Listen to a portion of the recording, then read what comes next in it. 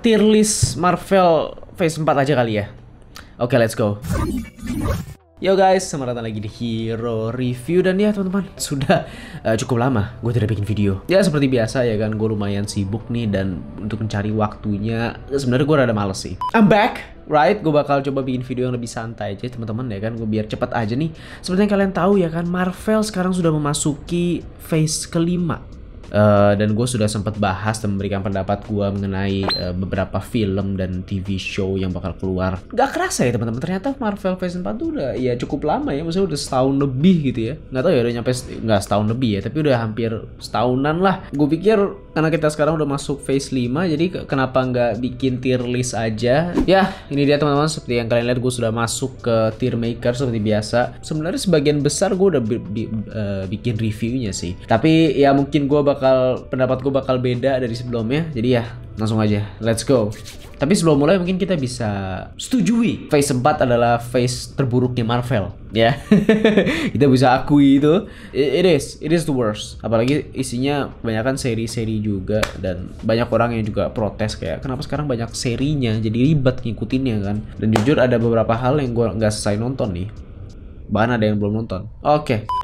Ya kita mulai dari What If nih, gue ngikutin dari urutannya di sini saja. What If ya, kayaknya What If gue belum sempat review sih. Menurut gue What If probably the best di Marvel 4 ya nggak sih? Karena enjoy banget, dan mungkin sebagian besar sih tetap stick to MCU. Dunianya Marvel itu tetap kayak ya tetap MCU lah, sebatas MCU. Mereka nggak begitu explore kayak di komik-komiknya atau introduce karakter-karakter yang baru atau gimana gitu kan. Jadi ya memang tetap seputar MCU. Tapi yang gue suka ya walaupun tetap MCU, gue nggak kepikiran bahwa mereka bisa se-explore itu gitu ya, dimainin segitunya gitu. Kayak episode, kalau gue sih episode favorit gue yang Doctor Strange sih pastinya ya kan. Karena episode sebelumnya ya sekedar kayak misalnya yang Tony Stark ketemu sama Killmonger, itu kayak really emang nggak ada karakter lain ya. Killmonger ya udahlah kayak bodo amat. Tapi yang kayak Doctor Strange itu episode favorit gue sih. Dan you know, it's animation as well, jadi nontonnya seru aja.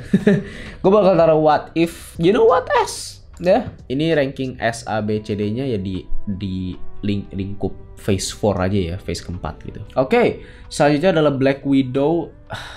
Ini juga I don't know, dari awal pas Black Widow diumumin gitu ya, trailer pun gue juga kayak ini buat apa gitu kan. Kalau nggak salah gue sempat bikin reactionnya deh setahun atau 2 tahun lalu. Fuck, don't check that out. Ya Black Widow pas gue nonton, gue ada expect kayak mungkin seru, mungkin ada feel vibe yang Captain America Winter Soldier ya kan, lebih action segala macam. Tapi ternyata nggak penting sih. Gue bakal taruh D sih, I don't know. Gue nggak pengen nonton lagi. Dan ya oke, selanjutnya adalah Eternals. Gue bikin video reviewnya, kalian bisa cek. Dan pendapat gue di situ sih, seingat gue ya, gue sih suka-suka aja. Mungkin secara cerita gue bukan film yang kayak gue pengen ikutin lagi secara perkembangan ceritanya gitu ya. The story itu kayak biasa aja sih menurut gue, kayak udah ngerti abis itu udah. Tapi gue pengen nonton pertarungannya sih. The fight scene, I really like the fight scene, you know.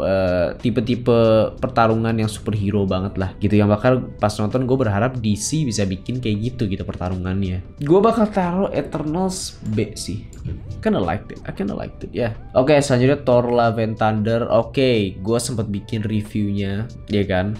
Dan itu pendapat setelah nonton, karena gue bikin video itu benar-benar nggak setelah nonton sih, tapi kayak besoknya setelah nonton gitu ya, beberapa hari itu. Jadi masih fresh banget abis nonton, dan gue suka gitu, jujur aja. Tapi sukanya bukan karena menurut gue bagus banget dan gak ada jeleknya, enggak. Nih gue lurusin lagi ya, kalau buat yang nonton review gue ya udah, tapi buat yang belum ya gue lurusin lagi. Bukan karena gak ada jeleknya banyak banget pak. Thor Love and Thunder menurut gue banyak sih, kayak terutama balance antara komedi dan keseriusan ceritanya. Kadang jadi kayak ceritanya tuh jadi nggak kelihatan serius gitu ya kan. Bobotnya jadi hilang, terus kayak Thor karakternya jadi nggak ada perkembangannya, konyol mulu gitu. Tapi walaupun begitu ya, pas gue nonton gue enjoy. Sesimpel itu. Mungkin ada orang yang pas nonton cringe atau kayak nggak enjoy gitu ya. Ya bebas. Tapi gue pas nonton I don't know, gue ketawa, ngakak. Poin yang kuat juga, gue pengen nonton lagi sih. Pengen nonton bukan untuk ngikutin ceritanya lagi, tapi kayak ya udah lucu-lucuan gitu kan. Kalau misalnya lu nggak ada tontonan nih, nonton Thor Love and Thunder. Menurut gue bisa gitu ke film ini. Jadi gue bakal taruh, jujur A bukan karena bagus, tapi A karena di atasnya Eternals. Ya. karena banyak orang yang kurang suka gitu, tapi gue I don't know, gue enjoy aja sih. Selanjutnya adalah Miss Marvel. Oke, langsung berubah pikiran teman-teman. Thor Love and Thunder gue taruh selevel sama Eternals. Miss Marvel A. Ya, gue lebih suka Miss Marvel. Ini enjoy banget gue. First impressionnya gue suka banget. Secara stylenya, Miss Marvel gue belum sempat review sih, tapi ya di sini aja. Secara stylenya, terus pembawaannya, apalagi yang kayak di beberapa episode awal tuh, gue benar-benar enjoy banget pas nonton.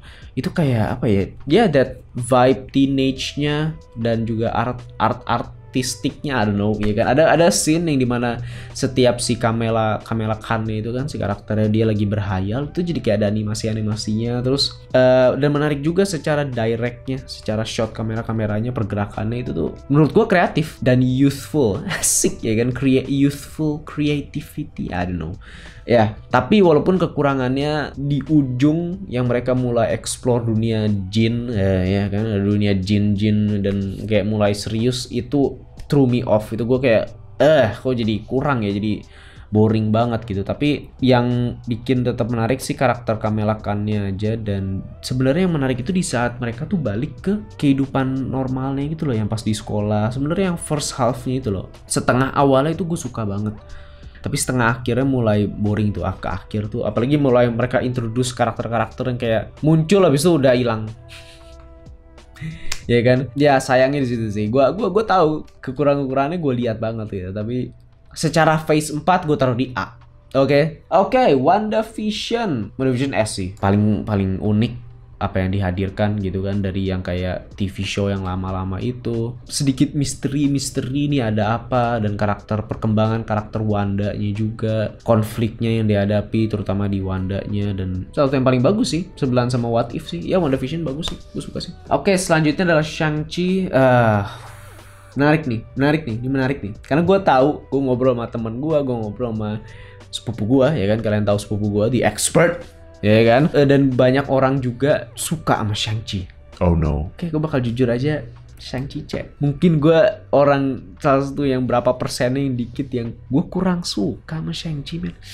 I don't know, banyak hal yang gue kekurangan dari Shang-Chi yang gue kurang, yang gak bisa gue lepas gitu pas nonton. Gue suka fight scene-nya, gue suka sisi pertarungan bela dirinya, gue suka hal-hal yang berbau bela diri. Pertarungannya di awal, vibe-nya, musiknya itu juga help ya kan, ngebantu. Yang mereka mulai introduce, memperkenalkan dunia yang hidden itu tuh, yang kayak hutan, bukan di hutan, kayak ada naga-naga, udah mulai nggak jelas tuh, gue nggak dapet gitu. Dan pertarungan yang mereka di dunia lain itu juga kurang dapet. Walaupun pertarungan yang lawan si the Mandarin, the real Mandarin itu seru. Dan I hate the girl. Gue gak suka banget sama si sahabatnya itu yang main, siapa namanya, si itu buat apa dia di situ gitu. Jadi itu salah satunya juga, banyak hal yang kurang serap sama gue. Jadi intinya gini sih, gue lihat bagusnya, gue banyak sukanya, tapi hal jeleknya itu tetap mengganggu. Hal yang gue kurang suka di film ini itu tetap mengganggu, dan gue nggak bisa melepaskan itu. Bodo amat. Oke, Spider-Man No Way Home, Far From Home, No Way Home, gue lupa. A sih paling ya, iya nggak sih? Ya aja lah. Secara pas nonton bener-bener kalian tahu apa yang terjadi di film itu ya kan, shock, semua surprise, kecuali kena spoiler ya kan. Tapi buat yang enggak, kayak damn, mereka benar-benar bisa bikin itu, mereka bisa menghadirkan mereka ya kan. Dan buat yang senang Spider-Man ya udah pasti the feel, the lesson, ya kan, with great power comes great responsibility, semua itu ada gitu di situ. Dan sifat Peter Parker yang baik, dan it sucks, kadang baik pun juga bukan berarti menjadi orang yang baik dan memilih jalan yang benar pun juga nggak selalu damai gitu hasilnya, nggak selalu lurus gitu loh hasilnya ya kan. Seperti Peter Parker ini, dia melakukan hal yang benar, yang baik, tetap aja bakal ada yang mati, bakal ada yang sakitan, bakal ada yang disaster gitu. Jadi ya walaupun awalnya agak konyol sih alasannya, tapi ya udah. Falcon and Winter Soldier gue bakal taruh B aja. I mean it's oke aja. Gue juga sempet review ini, iya nggak sih? Tapi gue nggak bisa taruh di A aja sih, menurut gue ya udah sih, kayak gue nggak begitu ingin nonton lagi sih, intinya gitu sih. Moon Knight D. Alasannya karena gue belum selesai juga. Gue berhenti di tengah-tengah, Pak. Itu boring banget tengah-tengahnya. Nggak bisa gue. Di awal gue suka yang dia kayak kepribadiannya banyak, tapi terus mulai memperkenalkan dewa-dewanya, terus kayak aduh nggak jelas lah. Dan menurut testimoni orang-orang yang menonton juga, teman-teman gue dan juga kayak the expert, dia juga bilang ya, it gets worse. So sorry D. Loki gue taruh C. Mungkin ada yang suka Loki, tapi buat gue secara visual nih bagus, secara looknya, ya kan, dunianya, directingnya segala macam itu gue suka dunianya yang time itu. Terus juga kayak pas Loki pindah-pindah ke timeline yang berbeda, terus kayak dunianya yang udah hancur tuh gue lupa sih ceritanya. Visualnya gue suka banget, tapi nggak tahu kenapa cara penyampaian, menceritakan itu agak boring gitu. Penyampaian ceritanya terlalu banyak penjelasan tentang waktu sana sini yang bikin ribet doang gitu, padahal sebenarnya simple aja gitu, tapi iya terlalu banyak penjelasan yang bikin boring. Oke, Hawkeye gue belum nonton. Shit.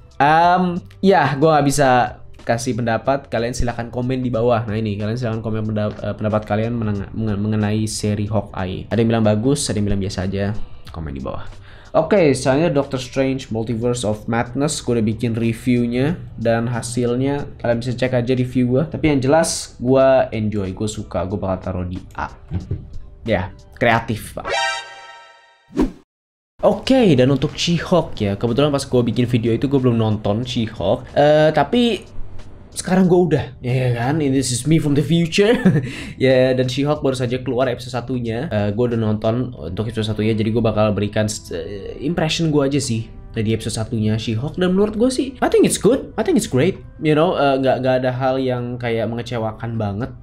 Gue enjoy nontonnya. Gue suka sama karakter She-Hulk yang benar-benar menurut gue itu karakter She-Hulk yang pas lah gitu. Mereka mengadaptasikan karakternya benar-benar tidak hanya sekedar yang mungkin orang pada umumnya lihat, tapi juga secara karakter yang dari dulu gitu, dimana She-Hulk itu tuh setahu gue ya, gue juga nggak tahu banyak sih, tapi setahu gue ya karakter She-Hulk memang fun gitu, karakternya yang fun, karakternya juga bisa breaking the fourth wall, ngobrol sama kita gitu kan. Dan gue juga suka ada Mark Ruffalo jadi Hulk, we get to see more of Mark Ruffalo gitu kan.